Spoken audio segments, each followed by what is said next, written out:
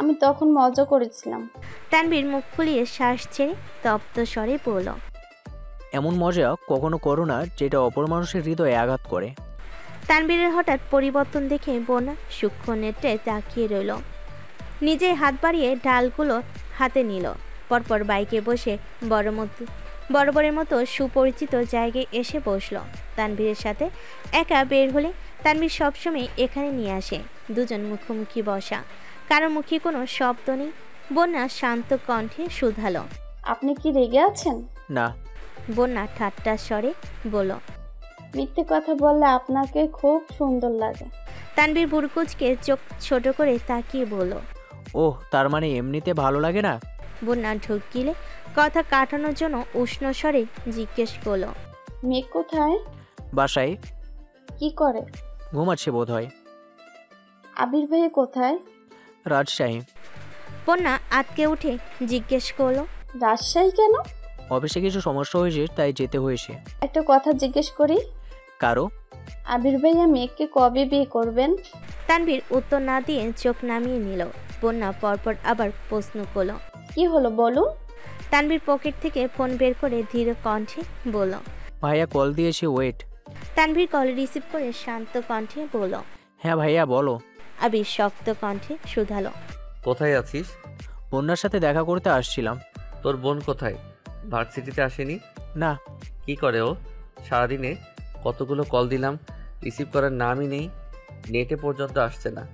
ঘুমাচ্ছে বোধ হয়। তুমি বলো, বড় আব্বু যে ঝগড়ার কথা বলছিল সেটা কি মিটছে? দেখ, কিসের ঝগড়া? দুই স্টাফে ঝগড়া লাগছে, তাও আবার ফুটবল খেলা নিয়ে। আব্বুর কানে কে খবর পাঠাইছে? যেন বিশাল কিছু হয়ে গেছে। তানভীর মলিন হেসে জিজ্ঞেস করলো, কবে আসবে? আসছি যেহেতু এখন বললেও কাল চলে যেতে পারবো না। চাচু আগেই আসতে বলছিল আমায়, আমি পাত্তা দেইনি। এখন এমন সিচুয়েশনে আসতে হয়েছে যে চাইলেও কিছু বলতে পারছি না। 2-3 দিনের মধ্যে কাগজপত্রের ঝামেলা মিটিয়ে চলে আসবো। আচ্ছা, সাবধানে থেকো। আবির শীতল কণ্ঠে বলল। তানভীর শোন, বাসায় গিয়ে সবার আগে তোর বোনকে বলবি আমায় কল দিতে। রাত থেকে কথা বলতে পারছি না, কল রিসিভ করছে না, কষ্ট লাগতেছে ভাই। তানভীর কিছু বলার আগেই আবির বলল, তোদের বিরক্ত করার জন্য দুঃখিত। তানভীর বন্যার সাথে কিছুক্ষণ কথা বলে বন্যাকে বাসা পর্যন্ত পৌঁছে দিয়ে আসছে। আজও মোখলেস মিয়ার সাথে দেখা হয়েছে। ইদানিং তানভীরকে গলিতে ঢুকতে দেখলেই উনি রাস্তায় দাঁড়িয়ে তানভীরের জন্য অপেক্ষা করেন। তানভীর আসলে রাস্তা আটকে তানভীরকে নামিয়ে নিয়ে গিয়ে চা খেতে খেতে গল্প করেন। প্রথম প্রথম তানভীরের বিরক্ত লাগলেও এখন ব্যাপারটা বেশ ভালো লাগে। আবির সারাদিন অফিস শেষ করে টুকিটাকি শপিং করে বাসায় ফিরতে প্রায় 10টা বেজে গেছে। এরই মধ্যে মেঘকে অনেকবার কল দিয়েছি, কিন্তু মেঘ কল রিসিভ করছে না। তানভীরও বাহিরে হালিমা খানকে কল দিয়ে কিছুক্ষণ কথা বলেছে।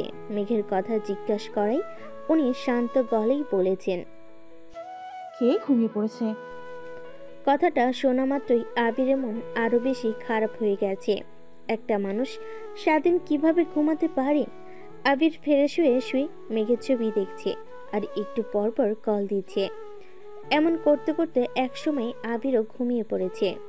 গতকালের মতো আজও ঘুম ভাঙার পর মেঘের নাম্বারে কল দিল, কিন্তু একবারও রিসিভ হলো না। বাসায় কল দিয়েও আশানুরূপ উত্তর পায়নি। হালিমা খান বলেছেন জানেন না, হালিমা খান বলেছেন হয়তো ভার্সিটিতে গেছে। এদিকে তানভীরকে কল দিচ্ছে। তানভীর সকাল থেকে ব্যস্ত।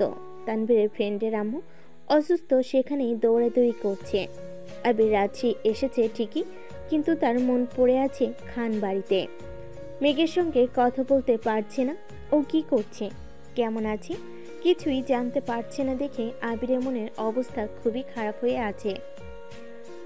অফিসের কাজও বিশেষ মনোযোগ দিতে পারছে না। টেবিলে কাগজপত্র গুছিয়ে আনমনে ভাবছে, আমি এখানে আশায় মেঘ কি রেগে গেছে? এই জন্যই কি আমার কল রিসিভ করে না? কিন্তু মেঘ তো এমন না, ও রাগ করলেও আমার কলটা তো রিসিভ করতো। বিকেলের দিকে অফিস থেকে বের হয়ে মেঘকে কল দিল। বরাবরের মতোই এবারও রিসিভ হলো না। পরপর তানভীরকে কল দিল। তানভীর কল রিসিভ করতেই আবির ঠান্ডা কণ্ঠে শুধালো, কোথায় তুই? বাইরে? কেন? বাসার কেউ কল রিসিভ করছে না, তোর বোনও রাগ করে বসে আছে, আব্বু পর্যন্ত রিসিভ করছেন না। আমি আর অপেক্ষা করতে পারতেছি না। আমি আব্বুকে ফোনেই সব বলে দিব। তুই বাসায় গিয়ে আব্বুকে ফোনটা দে। তানভীর রাজভারী কণ্ঠে বলল। বড় আব্বু এখন কথা বলার অবস্থায় নেই। কেন, কি হয়েছে? সিফাত ভাইয়া বাসায় আসছেন। হোয়াট? ওয়াই? আমি জানি না। আবির রাগে বলল। আব্বু গিয়ে নিয়ে আসছে? না না, বড় আব্বু কিছু জানেন না, হুট করেই চলে আসছে। এখন আর কি, রান্না হচ্ছে, খাইয়ে বিদায় দিবে বোধ হয়। আবির কণ্ঠ 3 গুণ ভারী করে বলল। সিফাত বাসায় আসছে, অথচ আমায় কেউ জানায়নি কিছু। তুই বা বাহিরে কি করছিস? মেঘ কোথায়? আমি বনুকে নিয়ে বের হচ্ছি। বের হয়েছিস মানে? কোথায় বের হয়েছিস? আর ফোনটা ওকে দে। বনু আমার পাশে নেই, ও পার্লারে গিয়েছে, আর আমি একটা কাজে একটু দূরে আসছি। বাসার পরিস্থিতি কি? আর হঠাৎ ওকে নিয়ে বের হতে হলো কে? সব ঠিক আছে তো? আবিরের একের পর এক প্রশ্নে নাজেহাল তানভীর ঢোক গিলে ছোট্ট করে বলল। সিফাত ভাইয়ার হাব ভাব আমার সুবিধা লাগেনি, কি হয় বলা যায় না, তাই আগে ভাগেই বনুকে নিয়ে বাসা থেকে বেরিয়ে আসছে। এখন ফোন সাইলেন্ট করে রেখে দিব। আবির দীর্ঘ নিঃশ্বাস ছেড়ে বলল। তোর বোনের যেন কিছু না হয়। আবির বাসে নেই আজ 3 দিন হতে চলো। এই 3 দিন মেঘের নিঃশ্বাসের শব্দ পর্যন্ত শুনতে পায়নি আবির। তানভীরকে কল দিলে বেশিরভাগ সময় বাহিরেই পাওয়া যায়। আম্মুকে কল দিলে শুনে মেঘ ঘুমাচ্ছে, সাথে বাসায় নেই। মোজাম্মেল খানের সাথে টুকটাক কথা হলো, তেমন কিছুই বলেন না উনি। এই 3 দিন কাটাতে আবিরের দম বন্ধ হয়ে আসছে। মেঘকে দেখার জন্য ভেতরটা ছটফট করছে। আবির এতদিন পর রাত্রি আসে। গত 6 মাসের জমে থাকা মিটিং, প্রজেক্ট সহ সব ফাইল দেখতে হচ্ছে। হুট করে চলেও যেতে পারছে না। সবকিছু ঠিক থাকলে আজকে মেঘকে প্রপোজ করতো আবির। প্রপোজ করি বাসার সবার সামনে বিয়ের প্রস্তাব রাখতো, কিন্তু এগুলোর কিছুই হলো না। মেঘকে ছোটখাটোভাবে প্রপোজ করতে পারল, বাসায় এখনো কিছু বলে উঠতে পারেনি। এদিকে মেঘের কোনো খোঁজ পাচ্ছে না। সারাদিন কল দিতে দিতে আবির ক্লান্ত হয়ে যাচ্ছে। গতকাল রাত থেকে তানভীরের সাথেও কথা হয়নি আবিরের। তানভীরের প্রচণ্ড মাথা ব্যথা। ওষুধ খেয়ে সেই যে রাতে ঘুমিয়েছিল এখনো ওঠেনি। সিফাত কেন আসছিল, কি বলেছি, এগুলো জানতে আম্মু, মামুনি, আব্বু, চাচু সবাইকে কল দিচ্ছে আবির, অথচ কেউ কিছু বলছে না। মালিয়া খান বলেছেন উনি কিছু শুনেনি। আলী আহমেদ খানকে জিজ্ঞেস করাই উনি বরাবরের মতো বেশ কিছুটা সময় নিয়ে সিফাতের প্রশংসা করেছেন। বাসার এলোমেলো অবস্থা দেখে আবির ফুপ্পিকে পর্যন্ত কল দিয়েছে, কিন্তু উনিও বিশেষ কোনো সমাধান দিতে পারলেন না। কারণ সিফাত নামক ছেলের ব্যাপারে আলী আহমেদ খান অনেক কিছু বললেন, উনি রেগে যান। আবির অফিস থেকে সন্ধ্যার পরপরই রুমে আসছে। সকালে মেঘ কল ধরছিল না দেখে রাগে রুম তছনছ করে রেখে গেছিল। সেসবই এখন গোছাতে হচ্ছে। দিশা না পেয়ে কল দিল রাকিবকে। রাকিব কল রিসিভ করে শান্ত কণ্ঠে বলল। ঢাকা চলে আসছিস? না, ভাবছিলাম বিকেলে চলে যাব। তার মধ্যে 3-4টা পুরনো ফাইল বের করে দিয়েছে। এখন এগুলো না দেখে চলে গেলে আব্বু আবার রেগে যাবেন। আসার সময় এমনিতেই সরি বলে আসছি, তাই ওনাকে রাগানোর মতো কাজ আর করা যাবে না। ও আচ্ছা। রাকিব শোন, হ্যাঁ বল। আমাদের বাসায় যাবি একটু? বাসার কি অবস্থা কিছু বুঝতে পারছি না, কারোর সঙ্গে কথা পর্যন্ত বলতে পারছি না। তুই যাবি একটু? আমি কিভাবে যাব? তোর আব্বুকে আমি এমনিতেই ভয় পাই। হ্যাঁ, গেলেই 10টা কথা জিজ্ঞেস করবে, উত্তর দিতে পারবো না, তখন উল্টে বাঁশ খাবো। হ্যাঁ, তার থেকে ভালো হয় তুই রাতটা কাটিয়ে ভোরে রওনা দিস। কেমন? তুই বাসায় আসার আগেই আমি সেখানে উপস্থিত থাকবো। হ্যাঁ। আবি কিছু বলতে পারলো না, মুখের উপর কল কেটে দিয়েছে। 3 দিন পর আবি ঢাকায় ফিরেছে। বেলা 11টা বেজে 47 বাসার মানুষের সাথে 19 ঘন্টা যাবৎ কথা হয় না। আবির বাস স্ট্যান্ড থেকে রিক্সা নিয়ে সরাসরি বাসার উদ্দেশ্যে রওনা দিল। বাসার সামনে সে রিক্সা থেকে নেমে বাড়ির দিকে তাকিয়ে থমকে দাঁড়ালো। পুরো বাড়ি আলোকসজ্জায় সজ্জিত। 4-5টা ছেলে খুব তাড়াহুড়োতে সেই সাজানো আলোকসজ্জা খুলতে ব্যস্ত। মাটিতে জিনিসপত্রের নাজেহাল অবস্থা। আবির গেটের সামনে আসতেই দারুণ আঙ্কেল মলিন হেসে জিজ্ঞেস করলেন, বাবা কেমন আছো? আবির কোনো রকমে ভালো বলে ভেতরে চলে গেল। ড্রয়িং রুমে কোনো মানুষ নেই। হালিমা খান রান্নাঘরে কি যেন করছেন। আবির আশেপাশে কাউকে না পেয়ে ব্যাগ ফেলে ছুটল মেঘের রুমের দিকে। ব্যস্ত হাতে ধাক্কা দিল মেঘের রুমের চাপানো দরজা। রুম সম্পূর্ণ ফাঁকা, বিছানা টান টান করে গোছানো। এত গোছানো মেঘের রুম কখনো দেখেনি আবির। আবির একে একে সবগুলো রুম দেখতে লাগলো। তানভীর মিম কেউ নেই। ছাদ পর্যন্ত ছুটে গেল আবির, কোথাও কারোর অস্তিত্ব নেই। আবিরের নিঃশ্বাস এলোমেলো, চোখ চলছে, ঠোঁট কাঁপছে। আবারও দৌড়ে নিচে আসলো। ততক্ষণে আলী আহমেদ খান আর মোজাম্মেল খান সোফায় এসে বসেছেন। আলী আহমেদ খান আবিরকে আর চোখে দেখে স্বাভাবিক কণ্ঠে বললেন, কখন আসছো? আবির কণ্ঠ দ্বিগুণ ভারী করে উদ্বিগ্ন কণ্ঠে জিজ্ঞেস করলো, মেঘ কোথায়? আলী আহমেদ খান কপাল কুঁচকে ভারী কণ্ঠে বললেন, তুমি কি আমার কথা বুঝোনি? আমি তোমাকে জিজ্ঞেস করেছি তুমি কখন আসছো। আবিরের শরীর ঘামছে, সারা বাড়ি ছুটে এসে এখন স্থির হতে পারছে না। ঘন ঘন শ্বাস ছেড়ে পূর্বের তুলনায় আরো ভারী কণ্ঠে জিজ্ঞেস করলো, আমি জিজ্ঞেস করছি মেঘ কোথায়? ও যেখানে থাকার কথা সেখানে আছে। মানে কোথায় ও? মোজাম্মেল খান এবার মৃদু স্বরে বললেন, শ্বশুর বাড়িতে। আপনারা কি ফাইজলামি করছেন আমার সাথে? মোজাম্মেল খান ধীর কণ্ঠে বললেন, গলা নামিয়ে কথা বলো, তোমার সাথে কি আমাদের ফাজলামো করার সম্পর্ক? আবিরের কানে কিছুই ঢুকছে না। অনবরত মাথা ঘুরছে আবিরের। রাগে গজগজ করতে করতে বলল, মেঘের বিয়ে হতে পারে না। আমার মেঘ কোথায়? কেন হতে পারে না? তুমি আমাকে 6 মাস সময় দিয়েছিলে, সেই 6 মাস পেরিয়ে গেছে, তাই আমি আমার মেয়েকে বিয়ে দিয়ে দিয়েছি। আবিরের দু চোখ টকটকে লাল হয়ে আছে, কান দিয়ে গরম বাতাস বের হচ্ছে।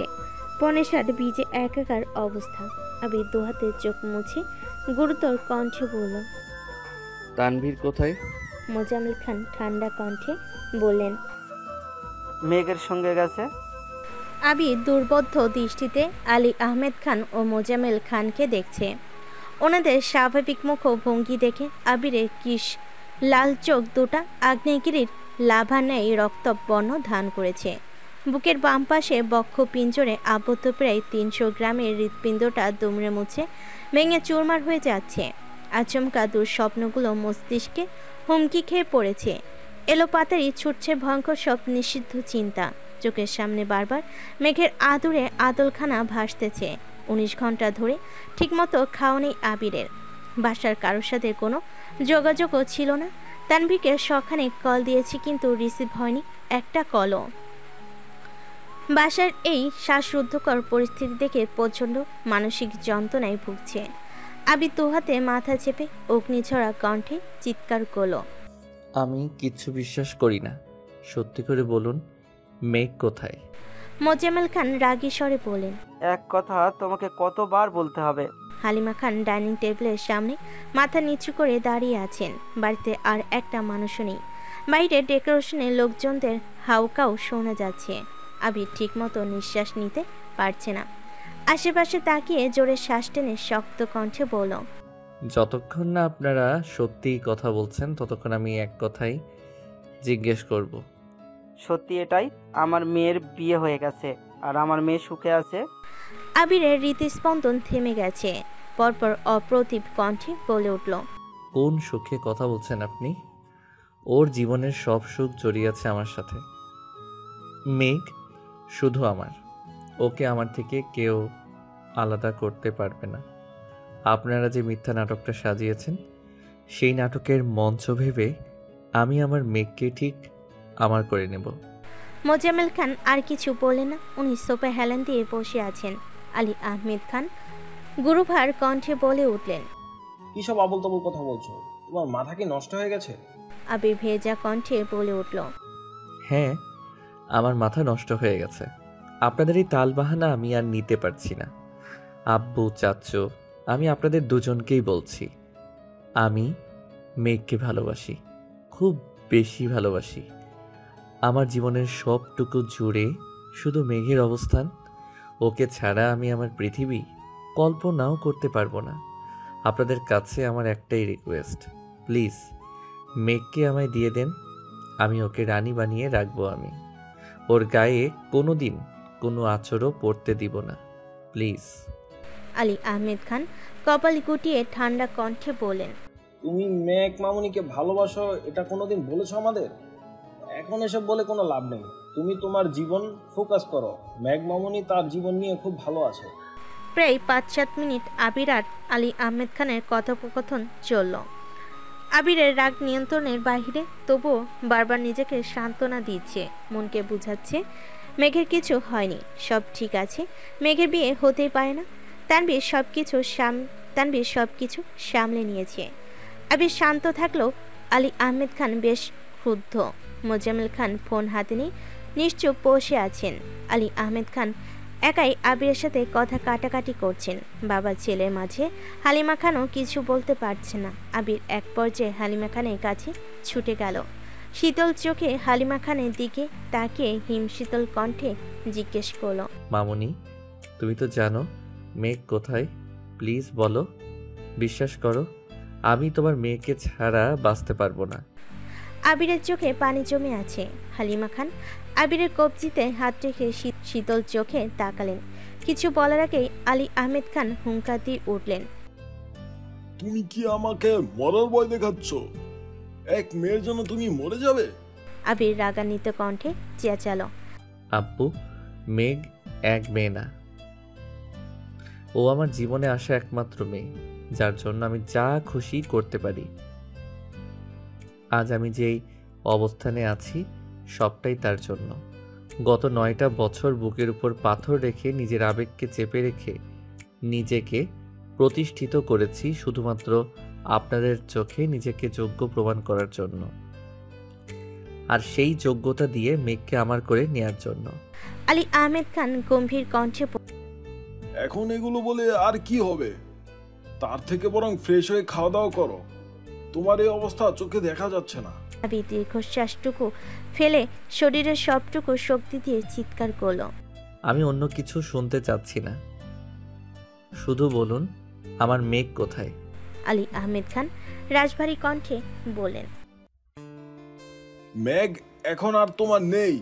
কথাটা কানে ঢোকা মাত্রই আবির ডান হাতের কবজি দিয়ে টেবিলের উপর থাকা কাছের জগে শক্ত করে ধাক্কা মেরে মাত্র অতিরিক্ত রাগে চিৎকার করলো, মেঘ আমার মানে আমারই, আমৃত্যু মেঘ আমারই থাকবে। আবিরের শক্ত হাতের ধাক্কায় পানি ভর্তি কাছের জগ সাথে থাকা 2টা গ্লাস ফ্লোরে পড়ে ভেঙে চূর্ণ বিচ্ছিন্ন হয়ে গেছে। আলী আহমেদ খান ঠান্ডা কণ্ঠে হুমকি দিলেন, জিনিসপত্র ভাঙচুর করছো কেন? তুমি কি? আবিরের অগ্নিঝরা 2 চোখ দেখে থেমে গেলেন স্বয়ং আলী আহমেদ খান। আবিরের হৃদয় ভেঙে চুরে তছনছ হয়ে যাচ্ছে। প্রথম দিকে বিষয়টা সেভাবে গুরুত্ব দেয়নি আবির, কিন্তু আবির অনবরত অসন্তোষজনক কথায় আবির আর টিকতে পারছে না। গলা শুকিয়ে কাঠ হয়ে গেছে। গতকাল থেকে খাওনি, শরীরে তেমন জোরও পাচ্ছে না, ঠিকমতো কথাও বলতে পারছে না। আবারও আলী আহমেদ খান আর মোজাম্মেল খানের দিকে স্তব্ধ চোখে তাকিয়ে আছে। মোজাম্মেল খান এখন নির্বাক, যেন এখানে কিছুই ঘটেনি বা ঘটছে না। উনি গভীর মনোযোগ দিয়ে ফোন দেখছেন। আলী আহমেদ খান কপালে ভাঁজ ফেলে আবিরকে দেখছেন। আবি কিছু বলতে গিয়েও থেমে গেল।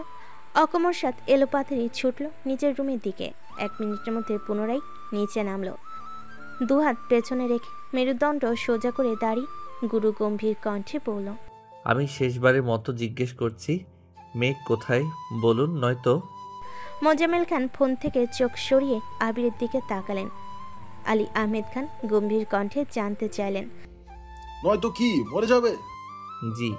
মোজাম্মেল খান দীর্ঘ সময় পর মুখ খুলেন, ছোট করে বলেন, আবির, মাথা ঠান্ডা করো। আমি পারছি না চাচ্চু, মেঘকে। আবিরের কথা সম্পূর্ণ হবার আগেই আলী আহমেদ খান রাগী স্বরে বললেন, ঠিক আছে, মরে যাও। মোজাম্মেল খান তপ্ত স্বরে বলে উঠলেন, কি বলছো কি ভাইজান? আবির নিরেট দৃষ্টিতে আব্বুর মুখের পানে চেয়ে আছে। আলী আহমেদ খানও বরাবরের ন্যায় কঠোর রূপে বসে আছেন। অপ্রত্যাশিত ভাবে আবির পেছন থেকে হাত সামনে এনে কপালের পার্শ্বদেশে রিভলভার ধরে মুখ ফুলিয়ে শ্বাস ছেড়ে তেজপূর্ণ কণ্ঠে বলল, 10 মিনিটের মধ্যে মেঘ আমার সামনে না আসলে। বাকি কথা বলার আগে আলী আহমেদ খান আতকে উঠে বলেন, তুমি কি পাগল হয়ে গেছো? আবিরের হাতে রিভলভার দেখে আলী আহমেদ খান, মোজাম্মেল খান আর হালিমা খান সঙ্গে সঙ্গে কেঁপে উঠলেন।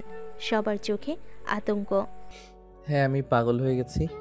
এতগুলো বছর যাকে নিজের থেকেও বেশি ভালোবেসেছি, যাকে নিজের সবটুকু সামর্থ্য দিয়ে আগলে রেখেছি, তাকে ছেড়ে থাকা আমার পক্ষে সম্ভব না। হয় মেঘকে এনে দিবেন, নয়তো আমার লাশ দাফনের ব্যবস্থা করবেন।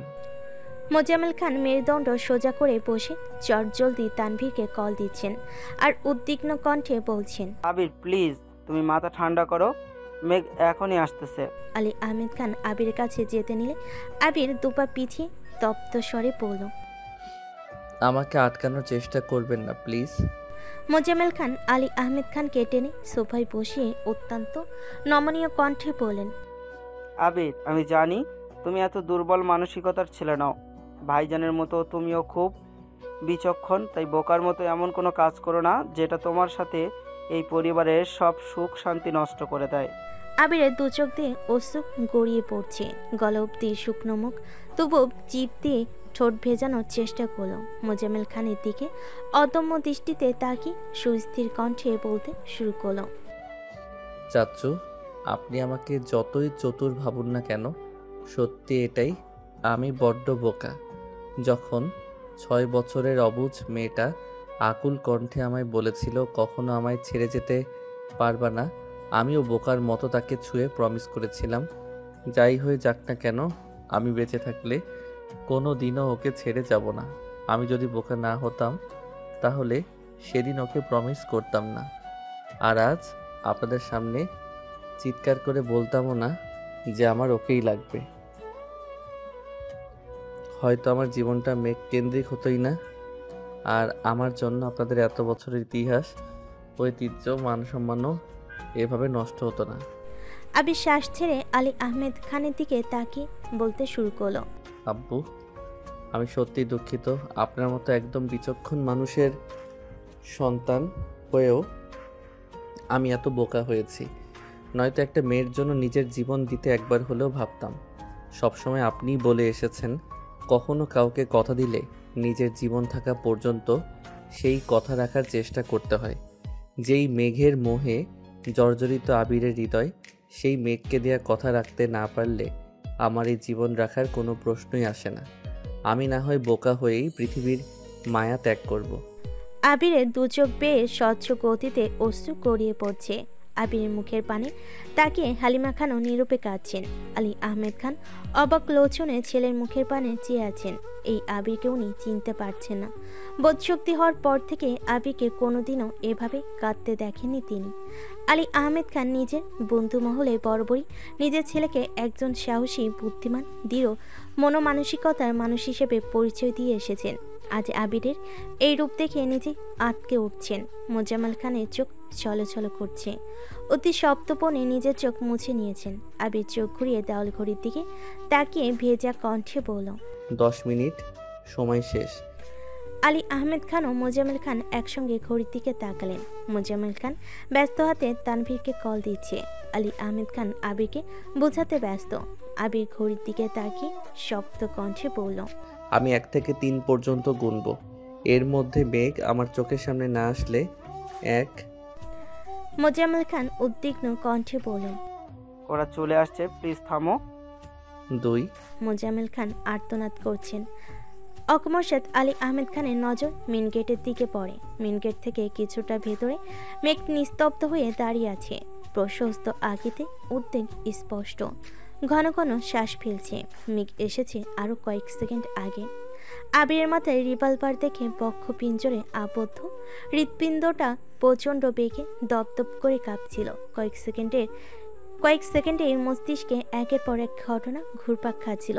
আজ থেকে আরও 7-8 মাস আগে মিনহাজ বলেছিল আবিরের কাছে রিভলভার আছে। মেঘ তখন মিনহাজকে তুচ্ছ-তাচ্ছিল্য করেছিল, ইচ্ছে মতো ছেড়েছিল। আজ চোখের সামনে সেই দৃশ্য দেখে মেঘের দম বন্ধ হয়ে আসছে। মনে হচ্ছে কেউ শক্ত হাতে গলা চেপে ধরে আছে। নিঃশ্বাস ফেলতে পারছে না, এমনকি জোরে চিৎকার করে কিছু বলতেও পারছিল না। আলী আহমেদ খানের নজর পড়তেই উত্তেজিত কণ্ঠে বলল, এই তো মেঘ। আবি পূর্বের ন্যায় রিভলভার ধরে ঘাড় ঘোরালো। সহসা নজর আটকালো এক অপরূপার পানে। বিস্মিত সমেত তাকালো আবির। মোহনীয় সেই দৃষ্টি। মেঘের পরনে গাঢ় হলুদার রানী গোলাপি পাড়ের শাড়ি, কাঁচা ফুলের গহনা পুরো গা ভর্তি। কপালের ঠিক মাঝ বরাবর একটা গাঢ় গোলাপি রঙের জারবেরা ফুলের কারণে মেঘের মায়াবী আদল আরও বেশি রমণীয় লাগছে। মুখে বেশ ভারী মেকআপ, মনোমুগ্ধকর চোখ আর ঠোঁটের আর্ট দেখে আবির কয়েক মুহূর্তের জন্য অবিক্ষুব্ধ হয়ে রইল। অন্যমনস্কতায় আবিরের চোখ বেয়েও তখনও নিরবধি অশ্রু ঝরছে। অলক্ষিতভাবে হাত থেকে রিভলভার পড়তে আবির আত্মজ্ঞানে ফিরল। মেঘ তখনও পাথরের মতো ঠায় দাঁড়িয়ে আছে। মোজাম্মেল খানের ঠোঁটে কিঞ্চিত হাসি ফুটল। আলী আহমেদ খান গম্ভীর মুখ করে দাঁড়িয়ে আছেন। আবির অব্যবহিতভাবে ছুটল। মেঘের ঠিক সামনে গিয়ে দু হাঁটুতে ভর ফেলে ধপ করে বসে পড়ল। অকস্মাৎ মেঘের পেট বরাবর বলিষ্ঠ হাতে জাপটে ধরে উচ্চস্বরে কান্না শুরু করলো। আবিরের নিয়ন্ত্রণ কান্না দেখে মেঘ অসহায় দৃষ্টিতে তাকিয়ে আছে। পরপর আব্বু বড়াপ্পু আর ঘাড় ঘুরিয়ে আমুর পানে তাকালো। সকলেই নির্বাক চোখে তাকিয়ে আবিরের কান্নার গভীরতা বোঝার চেষ্টা করছেন। মেঘের ভেতরে চলমান তোলপাড় সামলে নিজেকে শান্ত করে চোখ নামে আবিরের পানে তাকিয়ে মোলায়েম হাতে আবিরের মাথা জড়িয়ে ধরল। মেঘের আদুরি স্পর্শে আবির যেন কিছুটা স্বস্তি পেল। নিজের সর্বশক্তি দিয়ে মেঘকে আরো শক্ত করে জড়িয়ে ধরল। আবিরের কান্নার শব্দে মেঘের বুকের ভেতর ভয়ঙ্কর কম্পন শুরু হয়ে গেছে। মেঘ বুক ফুলিয়ে শ্বাস ছেড়ে আকুল কণ্ঠে বলল, আবিরের কান্না থামার নামই নিচ্ছে না। গত ৩-৪ দিনে বুকের ভেতর যে ঝড় চলছিল সেই ঝড়ের সমাপ্তি ঘটেছে আজ। কাদম্বিনীকে দেখার প্রবল আকাঙ্ক্ষা, কণ্ঠ শোনার প্রখরতা, ছুঁয়ে দেখার উমেদ আবিরের অস্তিত্বকে উদ্ধাত্ত করে তুলেছিল। তারপর বাসার অবস্থা দেখে সারা জীবনের জন্য ইহজগতের সমস্ত মায়া ত্যাগ করতে বসেছিল। মেঘ বারবার ঢোক গিলছে। বুক খুঁড়ে কান্না বেরিয়ে আসার উপক্রম হলো। অকস্মাৎ তানভীর বাইর থেকে এসে মেঘের কাঁধে হাত রেখে উষ্ণ স্বরে বলল, চোখ বেয়ে যদি এক ফোঁটা পানি পড়ে আর কিঞ্চিত মেকআপও নষ্ট হয় তাহলে তোর খবরই আসে। 2 ঘন্টা রাস্তায় বসে তোকে সাজিয়ে নিয়ে আসছে। আমি কিন্তু আর পার্লারে নিয়ে যেতে পারবো না। মেঘ তানভীরের মুখের পানে চেয়ে মৃদু হাসার চেষ্টা করলো। তানভীর সামনে গিয়ে যে ফুলোর থেকে রিভলভার উঠাতে যাবে অমনি আলী আহমেদ খান হুঙ্কার দিয়ে উঠলেন, আমায় দাও, এইটুকু ছেলের হাতে এইসব থাকতে হয় না। আজ থেকে এটা আমার কাছেই থাকবে। তানভীর রিভলভার উঠিয়ে আবিরকে এক পলক দেখে নিল।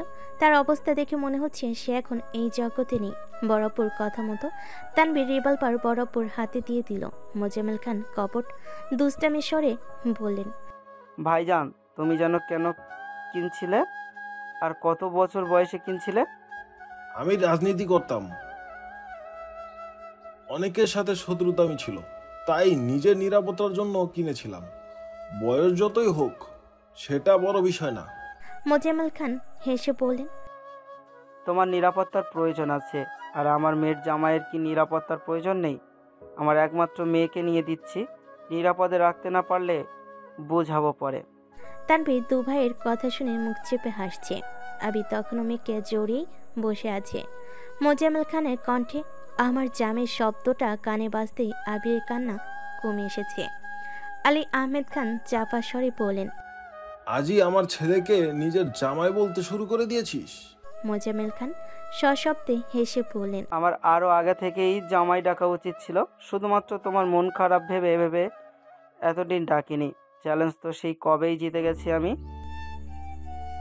আলী আহমেদ খান গুরুগম্ভীর কণ্ঠে বললেন, চ্যালেঞ্জ জিতেছিস বলে তো এতদিন খোঁচা দিচ্ছিলে আমায়, আর আমি চুপচাপ সহ্য করেছি। কিন্তু তোকে আমি আগেই বলেছিলাম, চ্যালেঞ্জ তুই জিতে গেলেও হার মানবো না। দেখলি তো, আমি হার মানি না আর মানবো না। আর একটা কথা, খুশি হইতেছিস তো হ, তাতে আমার কোনো আপত্তি নেই, কিন্তু আমাকে আর খোঁচা মারতে আসিস না। দোয়া কর যেন তোর জিত হারে পরিণত না হয়। আলী আহমেদ খান পুনরায় গিয়ে সোফায় বসলেন। মোজাম্মেল খান পেছন পেছন যেতে যেতে শুধালেন, তুমি কি বলতেছো ভাইজান, বুঝিয়ে বলো। তানভীর কিছু বলতে যাবে তখনই মিম, আদি, আইরিন, আরিফ, জান্নাত, আসিফদের হইচই শুনতে পেল। আকলিমা খান, মাহমুদা খান, ইকবাল খান একসঙ্গে বাসায় ঢুকেন। ইকবাল খান প্রথমে ঢুকে আবির মেঘকে দেখে গলা খাকারে দিয়ে বলেন, আবির, আশেপাশে ছোট ভাই বোনেরা আছে। মিমদের হই হুল্লোড়ের শব্দ কানে ঢুকতেই আবির মেঘকে ছেড়ে সোজা হয়ে দাঁড়ালো। জান্নাত, আসিফ, আরিফ মিটি হাসছে। তারাও যে দেখেছে চোখ মুখের ইশারায় সেটাই বোঝাচ্ছে। ওদের সবার হাতে বেশ কয়েকটা করে শপিং ব্যাগ। মালিয়া খান সবার পেছনে ছিলেন। উনি ভেতরে এসে আবিরের চোখে পানি দেখে এগিয়ে গেলেন। ছেলের চোখ মুছতে মুছতে ঠান্ডা কণ্ঠে বলেন, কাঁদছিস কেন? আলী আহমেদ খান সবিকে এক পলক দেখে মালিয়া খানকে উদ্দেশ্য করে বললেন, তোমরা এত দেরি করে আসলে কেন? আর কিছুক্ষণ আগে আসলেই ছেলেটার করুণ পরিণতি দেখতে পারতে। তখন তুমি ছেলের মতো বসে বসেও কান্না করতে। আবির শীতল কণ্ঠে বলল, আম্মু, তুমিও কি জানতে? জানতাম, তবে এত কিছু জানতাম না। গতকাল সন্ধ্যার পর তোর আব্বু সবাইকে ডেকে হুট করে তোর আর মেঘের বিয়ের কথা বলে বসলেন। কারো কোনো আপত্তি আছে কিনা জিজ্ঞেস করলো। যেখানে তোর আব্বু নিজ থেকে এই সিদ্ধান্ত নিয়েছেন আর ঘরের মেয়ে ঘরে থাকবে, এতে আমাদের তো খুশি হওয়ার কথা। তারপরও আমার তোকে নিয়ে একটু ভয় ছিল, তুই রাজি হবি কিনা। তখন তোর আব্বু বলল তোর মতামত জেনে উনি সিদ্ধান্ত নিয়েছেন, তাই আমিও রাজি হয়ে যাই। তোর আব্বু সবাইকে শর্ত দেন যেন তুই আসার আগে পর্যন্ত বাসার কেউ কোনোভাবে তোকে কিছু না জানায়। তুই তো জানিস ওনার কথা অন্যথা করা আমার পক্ষে সম্ভব না, তাই তোকে কিছু জানাতে পারিনি। মালিয়া খান শ্বাস ছেড়ে নিজেকে ধাতস্থ করে আবিরকে আবারও জিজ্ঞেস করলেন, তুই মেঘকে বিয়ে করতে রাজি তো, নাকি অন্য কাউকে পছন্দ করিস? আবির শীতল চোখে মালিয়া খানের মুখের পানে তাকিয়ে রইল। মালিয়া খান যে এসবের কিছুই জানে না এটা বুঝতে সময় লাগলো না। আবির কিছু বলার আগেই আলী আহমেদ খান পকেট থেকে একটা ফোন বের করে টেবিলের উপরে রাখতে রাখতে মেকি স্বরে বলে উঠলেন, যে ছেলে 5146 মিনিটে 5738 বার কাউকে কল দিতে পারে, তুমি তাকে জিজ্ঞেস করছো সে বিয়ে করতে রাজি আছে কিনা। কি সুন্দর দৃশ্য, বাহ। মালিয়া খান কপাল কুটালেন। মোজাম্মেল খানও আশ্চর্য নয়নে তাকালেন। আবির ভুরকুচকে এগিয়ে গেল সোফার কাছে, পিছু পিছু মেঘও এগিয়ে গেল। মালিয়া খান চিন্তিত স্বরে জিজ্ঞেস করলেন, কিসের 5000 কত মিনিট আর 5000 কত কলের কথা বলছেন, কি হয়েছে? আলী আহমেদ খান ফোনটা হাতে নিয়ে সবাইকে দেখিয়ে বলেন, এই যে ফোনটা, এটা মেঘ মামুনির ফোন। গত 3-4 দিন যাবত আমার কাছে রেখেছিলাম। একবার ভেবেছিলাম বন্ধ করে রাখবো, কিন্তু ছেলেকে পরীক্ষা করতে ফোনটা ইচ্ছে করেই খুলে রেখেছিলাম। বিশ্বাস করবা না, মিনিটে 2 থেকে 3 বার কল দেয়। আর আমি ফোনের দিকে তাকিয়ে কেবল ভাবছিলাম, এই পাগল ছেলে আমার হতে পারে না। সবার নজর আবিরের দিকে। আবির কিছুটা লজ্জা পেয়ে চোখ নামিয়ে নিয়েছে। মেঘ ফিস ফিস করে বলল, আমি ভাবতেও পারিনি আপনি এত কম কল দেবেন। অন্ততপক্ষে 10,000 কল আশা করেছিলাম। আবির ভুরু কুচকে ভারী কণ্ঠে বলল, মুখটা বন্ধ রাখুন, নয়তো আপনার কপালে দুঃখ আছে। মালিয়া খান উত্তেজিত কণ্ঠে বলে উঠলেন, আবির তাহলে মেঘকে আগে থেকেই পছন্দ করে? ভাবি, আমি এই কথাটাই ভাইজানকে গত 1 বছর যাবৎ বোঝাচ্ছিলাম, কিন্তু উনি কিছুতেই বুঝতে চাচ্ছিলেন না। ওনার একটাই কথা, ওনার ছেলে এমন কাজ করতেই পারে না। ভাইজান কেমন মানুষ সেটা তো আপনারা জানেনই। মোজাম্মেল খান ঠাট্টা স্বরে বললেন। আবির মেঘ দুজনেই আশ্চর্য নয়নে তাকিয়ে আছে। বাকিরা সবাই চুপচাপ দাঁড়িয়ে আছেন। মালিয়া খান অবাক চোখে তাকিয়ে বলে উঠলেন, 1 বছর? মোজাম্মেল খান তপ্ত স্বরে বলতে শুরু করলেন, আমি 1 বছর আরও 3-4 মাস আগে জানতে পেরেছি। আমার এক বন্ধু একদিন আমাকে আবির আর মেঘের একটা ছবি পাঠিয়েছিল। সে আবিরকে চিনতে পারেনি, মেঘকে এক ছেলের সাথে দেখে আমাকে জানানোর জন্য ছবিটা পাঠিয়েছিল। ছবিটা দেখে আবার অবশ্যই এরকম কিছু মনে হয়নি, কিন্তু মেয়ের বাবা যেহেতু, তাই মনে একটু সন্দেহ ঢুকেছিল। যেখানে আবির বাসায় মেঘের সাথে ঠিকমতো কথাও বলে না, যতটুকু বলে সেটাও বড় ভাইয়ের মতো ফর্মাল কথাবার্তা। যেখানে আড়ালে সে আমার মেয়েকে নিয়ে ঘুরে বেড়াচ্ছে, সেই থেকে আমি পর্যবেক্ষণ শুরু করলাম। আবিরের হালচাল বুঝতে বেশি সময় লাগলো না। মেঘ মিম দুজনেই প্রতি আবির যথেষ্ট পজিটিভ, কিন্তু মেঘের প্রতি একটু বেশি। সারা দুনিয়ার খবরেও তার বিশেষ মনোযোগ নেই। যেই মেঘের বিষয়ে কথা ওঠে অমনি সে মনোযোগী শ্রোতা হয়ে যায়। আজ পর্যন্ত আবির হাতে গোনা 2-1 দিন মেঘকে বাসা থেকে বাইকে নিয়ে বেরিয়েছে, অথচ সে প্রায়ই মেঘকে নিয়ে শহরে ঘোরে। 2-1 বার আমি নিজের চোখেও দেখেছি। তাদের রাস্তায় দেখে আমি বাসায় এসে তাদের জন্য অপেক্ষা করতাম, কিন্তু মেঘ আসলেও সাথে আবির থাকতো না। আমার বন্ধু, ছোট ভাই, বড় ভাই যারা আমার মেয়েকে চেনে, তাদের সাথে দেখা হলেই বলতো, তোর মেয়েকে এখানে দেখেছি, ওখানে দেখেছি। সাথে তোর ভাইপো ছিল। ভাইজানকে বলায় উনি বিষয়টা পাত্তাই দেননি, উল্টো আমায় যা খুশি বলেছেন। ওই রকম শক্ত প্রমাণ ছিল না বলে আমিও অনেক দিন ভাইজানকে কিছু বলতে যাইনি। হঠাৎ একদিন আমি অফিস থেকে ফিরছিলাম, সন্ধ্যার পর হয়ে গিয়েছিল। দেখলাম আমাদের বাসা থেকে কিছুটা দূরে মেঘ আবির বাইক থেকে নামছে। আমি আনমনেই সেখানে দাঁড়িয়ে পড়লাম। সামনেই বাসা, এখানে নামার কারণ খুঁজে পেলাম না, তবুও তাকিয়ে রইলাম। মেঘ বাসার গেট পর্যন্ত ঢুকতেই আবির বাইক স্টার্ট দিয়ে চলে গেছে। আমাকে দেখিয়েছে কি না জানি না, কিন্তু সেদিন আমি আমার সন্দেহের সত্যি প্রমাণ পেয়ে গিয়েছিলাম। বাধ্য হয়ে ভাইজানকে বিস্তারিত ঘটনা খুলে বললাম, কিন্তু উনি পূর্বের ন্যায় একই আচরণ করলেন। ওনার চোখে ওনার ছেলে নিষ্পাপ। ওনার একটাই কথা, আবির এমন ছেলেই না। আলী আহমেদ খান এবার ঠান্ডা কণ্ঠে বলতে শুরু করলেন, কিন্তু আমি ভুল ছিলাম। আমি আবিরকে চিনতে বা বুঝতে ভুল করেছিলাম। আবির এত বছর বয়সে আমি কোনোদিনও কোনো বিষয়ে তাকে নিষেধাজ্ঞা দিইনি। রাজনীতি করতে নিষেধ করেছিলাম, কিন্তু সেটা আমার নিষেধাজ্ঞা ছিল না। আমি আবিরকে সবটা বুঝিয়ে বলেছিলাম, তারপর সে নিজেই ছেড়ে দিয়েছিল। দেশের বাইরে গিয়েছিল তার ইচ্ছায়, দেশে আসছে তার ইচ্ছায়। বাইক কিনা, বিজনেস স্টার্ট করা, ব্যাংক থেকে টাকা তোলা, এছাড়া বাকি যা কিছু করেছে তার কোনো কিছুতেই আমি আবিরকে নিষেধ করিনি। আমি শুধু কারণ জানতে চেয়েছি, কেন কিছু করতে বারণ করলেও কেন বারণ করি না, সবটা সময় সেটা বুঝতে চাইতাম। হঠাৎ করে কারণের রাগ দেখে অফিসে চা খেতে খেতে ছেলেটাকে ঠান্ডা মাথায় সবকিছু বুঝিয়ে বলতাম, এগুলো তোমরা জানো না জানো না।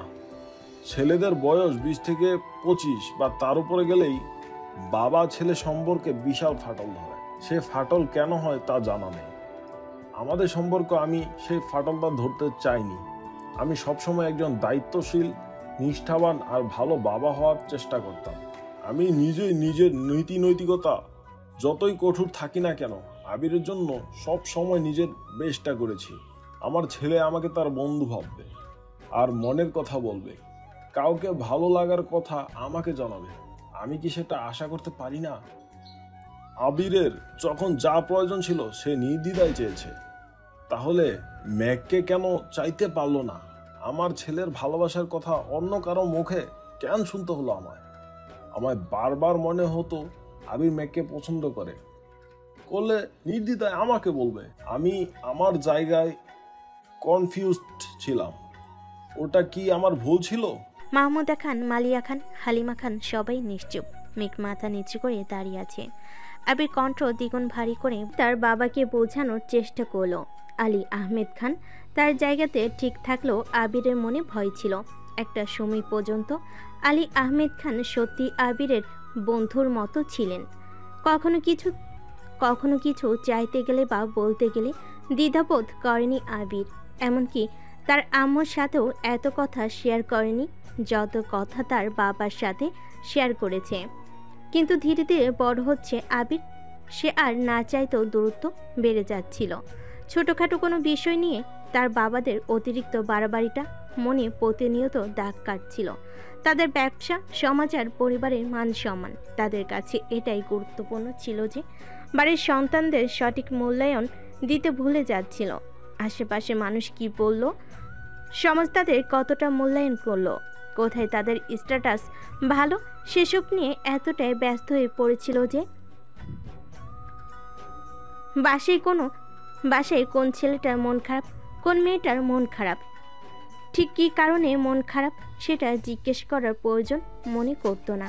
ধীরে ধীরে দূরত্ব বাড়ল, মনে টান কমলো। তবু আবির মনে মনে তার বাবা সত্যি একজন দায়িত্বশীল বাবা ছিলেন এবং আছেন। তবুও আবির মনে করে তার বাবা সত্যি একজন দায়িত্বশীল বাবা ছিলেন এবং আছেন। আবিরের পড়াশোনা চলাকালীন সময়ে তার বাবা সব ব্যবস্থার মাঝেও তার বাবার সব ব্যস্ততার মাঝেও প্রতিদিন তাকে কল দিয়েছেন, খোঁজ নিয়েছেন। আলী আহমেদ খানের আশেপাশে মানুষের ভিড় থাকলেও আবিরের কলটা রিসিভ করে বাবার দায়িত্ব পালন করেছেন। আবিরের কাছে তার বাবা হিসেবে বেস্ট ছিলেন, আছেন এবং থাকবেন। কিন্তু ওই যে আবির মনে করে তার বাবা বন্ধুর মতো, ওই বন্ধুর মতো সম্পর্কটা হারিয়ে ফেলেছিল। তখনই মন খুলে কিছু বলতে ভয় পেত, তবুও সাহস নিয়ে নিজেকে গোছাচ্ছিল আবির। বাসায় মেঘকে বিয়ের প্রস্তাব দেওয়ার জন্য যতটা সম্ভব মানসিক প্রস্তুতি নিচ্ছিল আবির। হঠাৎ দেশে ফেরার 1 বছর আগে অনাকাঙ্ক্ষিতভাবে তার ফুপ্পির সাথে তার পরিচয় হলো। তার ফুপ্পির সম্পর্কে, এই বাসায় নিয়ম নীতি সম্পর্কে বিস্তারিত জেনে আবির দিশা হারিয়ে ফেলেছিল। কি করবে সে কিছুই বুঝতে পারছিল না। যেখানে একমাত্র বোনের ভালোবাসার সম্পর্ক মেনে না নিয়ে 27 বছর সম্পর্ক ছিন্ন রাখতে পারেন, সেখানে আবিরকে আলী আহমেদ খানের নিয়ম নীতি আর মান সম্মানের জন্য সে সব করতে পারেন। মেঘকে না জোর করে আবিরের থেকে আলাদা করে দেন। সেই ভয়ে বাসায় ফিরে মেঘের কথা বাসায় বলা তো দূর, মেঘের সাথে ঠিকমতো কথা বলতেও সাহস পেত না। মেঘের থেকে নিজেকে গুটিয়ে রাখত, মেঘের চোখে চোখ রাখতে পারত না। প্রতিনিয়ত ভয় হতো তার বাবার নিয়ম নীতির ভিড়ে এই বুঝি সে মেঘকে হারিয়ে ফেলে। আলী আহমেদ খান গম্ভীর কণ্ঠে বলেন, তার মানে তোমার ফুপির সাথে তোমার আগে থেকেই পরিচয় ছিল? অবশ্য এটা আমি আগেই সন্দেহ করেছিলাম। রাকিব তোমার বেস্ট ফ্রেন্ড, তার বোনকে তানভীরের মাধ্যমে বাসায় আনছো। রাকিবের বোনের বিষয়ে খবর তোমার অজানা থাকার কথা না, আর সেখানে তার শ্বশুর শাশুড়ির সাথে পরিচয় হওয়াটা অস্বাভাবিক কিছু না। কিন্তু তুমি যেসব ভেবে ভয় পেয়েছিল সেটা নিতান্তই তোমার ভুল ধারণা ছিল। তোমার ফুপির ঘটনা আজ থেকে বহু বছর আগে। তখনকার পরিস্থিতি বর্তমানের মতন ছিল না। তখন সমাজ প্রেমের বিষয়ে এত সহজভাবে মেনেও নিত না। কারণ বাড়ির মেয়ে পালিয়ে গেলে বা নিজের মতো করে বিয়ে করলে ওই এলাকায় সেই মেয়ের আর পরিবারের নামে দুর্নাম ছড়িয়ে পড়ত। সমাজের চোখে সেই পরিবার বিষাক্ত হয়ে যেত। বর্তমান যুগে পাল্টে গেছে, প্রেমের সম্পর্কটা মেনে নিতে পরিবার আর আগের মতো দ্বিধা করে না। ইকবাল খান শান্ত স্বরে বললেন, সবই বুঝলাম, কিন্তু তোমরা যেহেতু সব জানতে আর মেনে নিয়েছিলে, তাহলে কেন এতদিন কিছু বললে না? মোজাম্মেল খান ধীর কণ্ঠে বললেন, বললাম না, আবির মানলেও ভাইজান মানতে চাননি। তারপর কি হয়েছে? কালই বা হঠাৎ ভাইজান মেনে নিলেন কিভাবে? কাল হঠাৎ মানলেন কেন এটা আমিও জানি না, কিন্তু ভাইজান এমনিতেই মেনে নেননি, এটা শিওর। 1 বছর আগে আমি যখন ভাইজানকে বিস্তারিত বলেছিলাম তখন ভাইজান বিশ্বাস করেননি। তখন আমি বলেছিলাম যেন আবিরকে উনি পরীক্ষা করেন। আবিরকে বিয়ের কথা বললে আবির কিভাবে রিয়্যাক্ট করে সেটাই বুঝতে চাইছিলাম। আবির স্পষ্টবাদী ছেলে, তাই ভেবেছিলাম সে মেঘের কথা বলে দিবে, কিন্তু সে বলল না। ভাইজান খাবার টেবিলে বসে আমার দিকে তখন অগ্নিদৃষ্টিতে তাকিয়েছিলেন, তাই আমিও আবিরকে রাগানোর জন্য অন্য মেয়ের কথা বলেছিলাম যেন মনের কথা বলে দেয়। আবির এমনভাবে রিয়্যাক্ট করলো, সাথে 1 বছরের জন্য বিয়ের স্থগিত করে দিল। সবার সামনে কিছু না বললেও ভাইজান আড়ালে আমায় যা ইচ্ছে তাই কথা শুনিয়েছেন। আবির মেঘকে ওই নজরে দেখে না, পছন্দও করে না, হেন তেন আরও অনেক কিছু। তখন আমার ভিতরেও জেদ ঢোকে।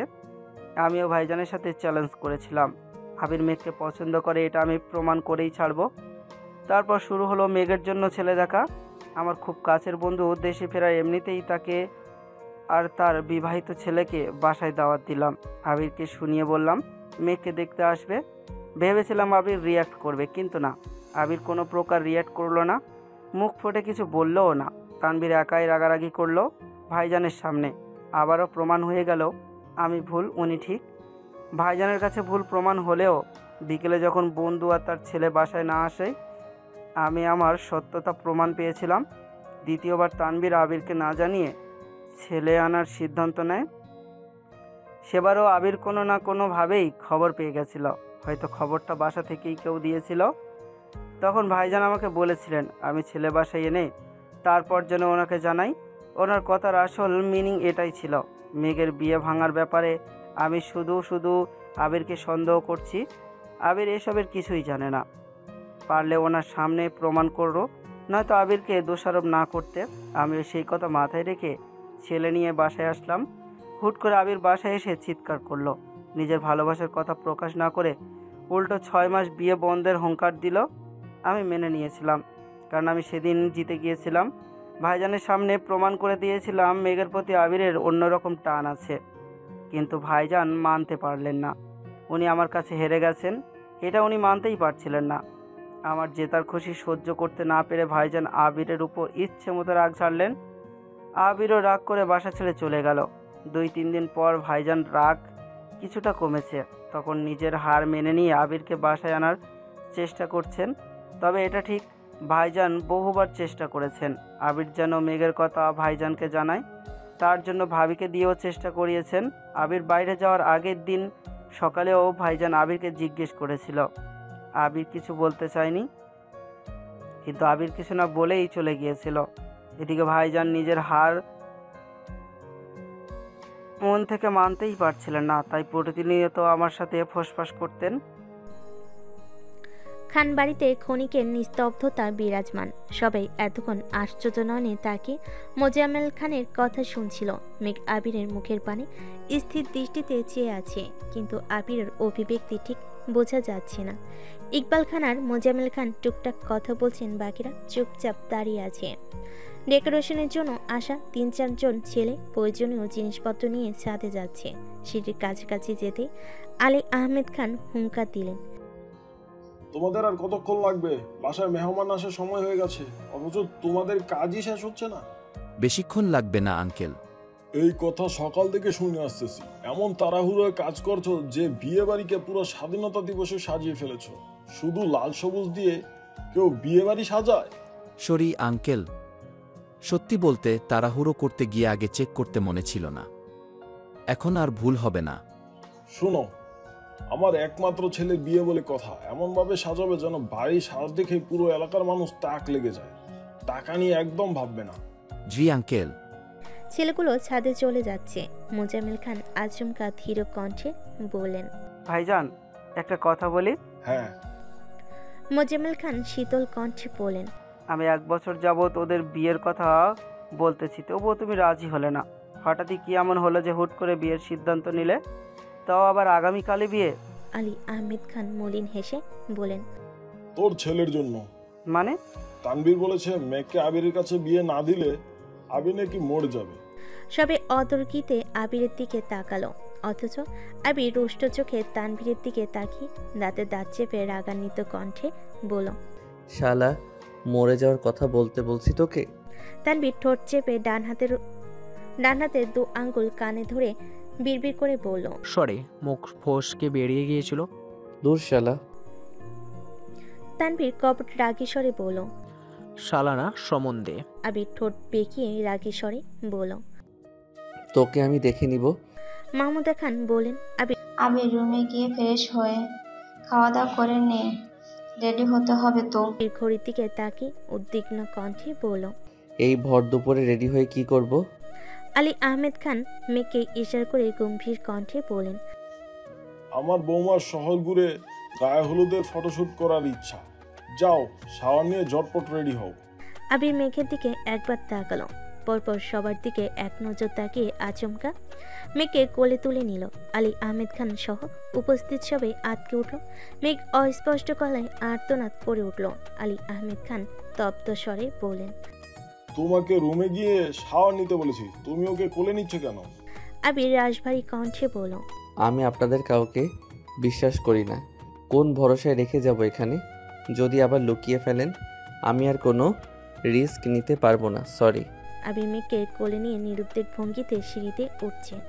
তানভীর হাত দিয়ে মুখ চেপে হাসছে। আলী আহমেদ খান, মোজাম্মেল খান, ইকবাল খান স্তব্ধ চোখে সেদিকে তাকিয়ে আছে। বাড়ির মহিলারাও থম মেরে দাঁড়িয়ে আছেন। 3 দিন আগে সন্ধ্যার অনেক পরে আলী আহমেদ খান অফিসে নিজের কেবিনে বসে কাজ করছিলেন। মোজাম্মেল খান আজ অফিসে আসেনি। আবির সিফাতের উপর রাগ করে দুপুরের দিকে অফিস থেকে চলে গেছে। ইকবাল খান সন্ধ্যা পর্যন্ত ছিলেন। বাসা থেকে কল আসছে, বাজার নিয়ে যেতে হবে, তাই উনি সন্ধ্যার দিকে চলে গেছেন। সিফাত কাজ শেষ করে অনেকক্ষণ এমনিতে বসে বসে আলী আহমেদ খানের সাথে গল্প করছিল।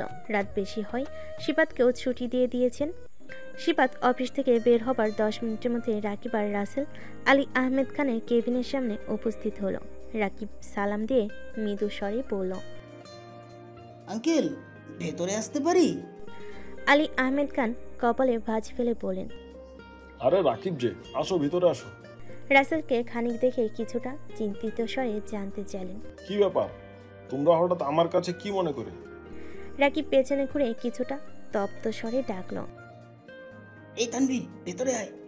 তানভীর গুটি গুটি পায়ে রুমে এসে মাথা নিচু করে দাঁড়ালো। রাকিবের সাথে তানভীরকে দেখে আলী আহমেদ খান একটু বেশি অবাক হলেন। তানভীরের দিকে তাকিয়ে গুরুগম্ভীর কণ্ঠে শুধালেন, কি হয়েছে? রাকিব শ্বাস ছেড়ে বুকে সাহস নিয়ে বলল, আঙ্কেল, আপনার কাছে একটা রিকোয়েস্ট ছিল। বলো। প্লিজ, না করবেন না? ঠিক আছে, বলো। রাসেল এবার সাহস করে বলল, আঙ্কেল, আবির একজনকে খুব বেশি পছন্দ করে, তাকে বিয়ে করতে চায়। এখন আপনার সমর্থন প্রয়োজন, প্লিজ না করবেন না। আলী আহমেদ খান রাগী স্বরে বলেন, আবির তোমাদেরকে পাঠিয়েছে? তানভীর চটজলদি উত্তর দিল, না না ভাইয়া, কিছু জানি না, আমরা নিচে থেকে আসছি। রাকিব ঠান্ডা কণ্ঠে বলতে শুরু করলো, আঙ্কেল, এখানে আসার ব্যাপারে আবিরকে আমরা কিছুই জানাইনি। হ্যাঁ, আবির জানলে কখনোই আসতে দিত না, কিন্তু চোখের সামনে আবিরের এত কষ্ট দেখে আমাদের সহ্য করতেও কষ্ট হয়। আবির আপনাকে খুব সম্মান করে, শুধুমাত্র আপনাদের কথা ভেবে নিজের মনের আবেগ প্রকাশ করতে পারে না। সত্যি বলতে আবির মেঘকে অনেক বেশি ভালোবাসে, মেঘকে বিয়ে করতে চায়, কিন্তু আপনারা রাজি হবেন কিনা এতদিন আপনাদের কিছু করতে পারছিল না। আর না মেঘকে কিছু বলেছে। এখন মেঘকেও আবির খুব পছন্দ করে। আপনি ওদের সম্পর্কটা মেনে নিন প্লিজ। এখন আমার কি করতে হবে? আবির আজ বাসায় নিজের মনের কথা জানাবে, মানে মেঘকে বিয়ে করার কথা বলবে। আপনি প্লিজ রাজি হয়ে যাবেন। হ্যাঁ, একমাত্র আপনিই বললে বাসার সবাই মেনে নিবে। যদি আমি মেনে না নিই তখন? রাকিব আতকে উঠে বলল, আঙ্কেল, এমন কিছু করবেন না। কেন করব না? আমার ছেলের জন্য বউ খোঁজার অধিকার কি আমার নেই? সে নিজে কিছু বলতে সাহস পাচ্ছে না বলে তোমাদের পাঠিয়েছে, আর তোমাদেরও আমাকে মানতে চলে এসে, আর তোমরাও আমাকে মানাতে চলে এসছো। শোনো, তোমাদের বন্ধুকে বলে দিও আমি ও সম্পর্ক মানবো না। তানভীর ভুল কুচকে প্রশ্ন করলো, কেন মানবেন না বড় আব্বু? আমার ইচ্ছে আমি ছেলেকে দেখে শুনে বিয়ে করাবো। তোমার কোনো আপত্তি আছে? জি। কি? বনু আর ভাইয়া দুইজনকে ভালোবাসে, সেখানে অন্য কাউকে দেখার প্রশ্নই আসে না। তাছাড়া আপনি ভাইয়ার জন্য অন্য কোনো মেয়ে দেখলেও বিশেষ কোনো লাভ হবে না, কারণ ভাইয়া আমার বোন ছাড়া কারো দিকে তাকিয়েও দেখবে না।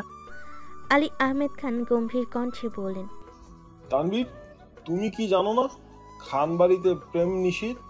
প্রেম নিষিদ্ধ বলে ভাইয়া বনুর সাথে প্রেম করার চিন্তাও করেনি, সরাসরি বিয়ের সিদ্ধান্ত নিয়েছে। আপনি কি চান না ভাইয়া ভালো থাকুক? হ্যাঁ চাই, কিন্তু আমার নিয়ম নীতি ভেঙে নয়। তানভীর রাগে ফোঁস করে বলে ফেলল, কোনো নিয়মনীতি ভাঙার কথা বলছেন? যেই নিয়মনীতিতে সন্তানের খুশি সহ্য করতে পারে না, সেই নিয়মনীতি চিরতরে ভেঙে দেওয়া উচিত। আপনাদের নিয়মনীতি কি সন্তানদের জীবনের থেকে বেশি দামি? মানে? তানভীর চুপ হয়ে গেছে। আলী আহমেদ খান পুনরায় বলেন, কি বলতে চাচ্ছ? তানভীর গম্ভীর কণ্ঠে বলল, মেঘকে না পালে ভাইয়া সুসাইড করবে। আলী আহমেদ খান বসা থেকে দাঁড়িয়ে চিৎকার করে উঠলেন। হোয়াট? রাকিব শীতল কণ্ঠে বলল, জি আঙ্কেল, আর এই বিষয়টা এখন মজার জায়গাতে নেই। আবিরের সাথে আমি পার্সোনালি অনেকবার কথা বলেছি, তাই ঘুরে ফিরে এই এক কথায়। প্রায় 30 মিনিটের মতো তানভীর, রাসেল, রাকিব আর আলী আহমেদ খানের আলাপচারিতা চলো। একদম শেষ পর্যায়ে আলী আহমেদ খান শর্ত সাপেক্ষে আবিরদের সম্পর্কটা মোটামুটিভাবে মেনে নিয়েছেন। রাকিবদের বিদায় দিয়ে তানভীরের সাথে আরও প্রায় 40 মিনিটের মতো কথা বলেছেন। সেখানে বসে আবিরকে রাজশাহী পাঠানোর পরিকল্পনা করেন। আবিরকে একেবারেই বাজে উঠিয়ে তারপর মাহমুদা খানের সাথে দেখা করতে যান। ওনার সাথে আলোচনা শেষ করে আলী আহমেদ খান বাসায় ফিরে সরাসরি মেঘের রুমে যান। মেঘ তখনও বিছানায় বসে বসে আবির দেওয়া আংটিটা দেখছিল আর আনমনে কত কি ভাবছিল। হঠাৎ আলী আহমেদ খান রুমে ঢুকতে মেঘ থতমত খেয়ে হাত পেছনে লুকানোর চেষ্টা করল, কিন্তু আলী আহমেদ খানের হুঙ্কারে সঙ্গে সঙ্গে হাত সামনে নিয়ে আংটি দেখাতে বাধ্য হলো। আলী আহমেদ খান গুরুভার কণ্ঠে জিজ্ঞেস করলেন, তুমি আবিরকে ভালোবাসো? মেঘ অবাক লোচনে তাকে আবিরের শিখিয়ে দেওয়া কথাগুলো মনে করার চেষ্টা করলো, কিন্তু আলী আহমেদ খানের সামনে দাঁড়িয়ে মিথ্যা বলার মতো সাহস মেঘে নেই, তাই বাধ্য হয়ে বলল, জি। বিয়ে করতে চাও? মেঘ আতকে উঠে শীতল চোখে তাকালো, কিছুক্ষণ নীরব থেকে ধীর কণ্ঠে বলল, আপনারা রাজি থাকলে। আলী আহমেদ খান গুরুভার কণ্ঠে বলে উঠল, তুমি যদি সত্যি সত্যি আবিরকে ভালোবাসো আর বিয়ে করতে চাইলে আমি যা বলবো তাই মানতে হবে। যদি রাজি না থাকো তাহলে 3 দিন পর তোমার বিয়ে দিয়ে দিব। বলো, রাজি আছো? মেঘ আশ্চর্য নয়নে তাকিয়ে রইল। আলী আহমেদ খান পুনরায় বলেন, আবারও বলছি, যদি আবিরকে নিজের করে পেতে চাও তাহলে আমার শর্ত মানতে হবে। আবিরকে কি চাও কি না? মেঘ কাঁপা কাঁপা গলায় বলল, চাই। ঠিক আছে, তোমার ফোনটা আগামী 3 থেকে 4 দিন আমার কাছে জমা থাকবে, আর তুমি কোনোভাবে আবিরের সাথে যোগাযোগ করার চেষ্টাও করবে না। আমার সিদ্ধান্ত ছাড়া বাসার বাইরে পাওয়া রাখবে না। মেঘ শক্ত কণ্ঠে জানতে চাইল, এগুলো কেন করতে হবে বড়াপ্পু? আলী আহমেদ খান মেঘের মাথায় হাত বুলিয়ে মৃদু স্বরে জিজ্ঞেস করলেন, তুমি আবিরের বউ হলে সম্পর্কে আমি তোমার কি হব? আলী আহমেদ খানের মুখে এমন প্রশ্ন শুনে মেঘ বিস্মিত সমেত তাকিয়ে রইল। মনের ভেতর উত্তর থাকা সত্ত্বেও দেওয়ার মতো শক্তি পাচ্ছে না।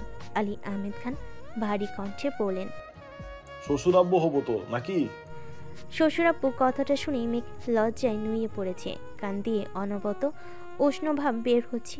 আলী আহমেদ খান মুচকি হেসে বলেন, আমার তো মেয়ে নেই, তাই আমার মেয়ে অনেক দিনের ইচ্ছে ছিল আমার ছেলের বউ মানে আবিরের বউ আমাকে আব্বাজান বলে রাখবে।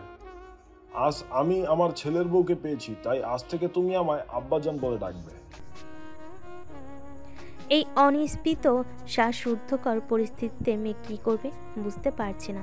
হঠাৎ কীভাবে ওড়না টেনে মাথায় দিয়ে তৎক্ষণাৎ পায়ে হাত দিয়ে সালাম করলো। আলী আহমেদ খান সালামি দিতে দিতে বলেন, আব্বাজান বলো শুনি একটু। মেঘের বুকের ভেতর উত্থাল পাতাল ঢেউ শুরু হয়ে গেছে। ইদানিং আবিরের সামনে এতটা লজ্জা পায় না যতটা লজ্জা বড়পুর সামনে পাচ্ছে। মেঘ নিজের সাথে যুদ্ধ করে বুকের সাহস নিয়ে আস্তে করে বলল, আব্বাজান।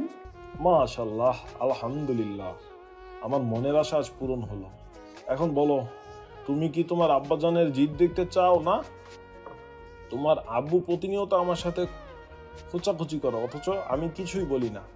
তুমি যদি আমার কথা মানো তাহলে এবার আমিই জিতবো। তুমি কি চাও কি না আমি জিতি? জি চাই। ঠিক আছে, আমাদের মধ্যে আলোচনা যেন তোমার আব্বুর কানে না যায়। এখন বলো, তুমি কি আমার শর্তে রাজি আছো? জি, আমি সব শর্তে রাজি, কিন্তু। আলী আহমেদ খান জিজ্ঞেস করলেন, কিন্তু কি কিছু লাগবে? মেঘ মাথা নিচু করে শক্ত কণ্ঠে বলল, আমার শুধু আবির ভাইকেই লাগবে। তোমার আবির ভাইকে তুমি ঠিক সময় পেয়ে যাবে, চিন্তা করো না।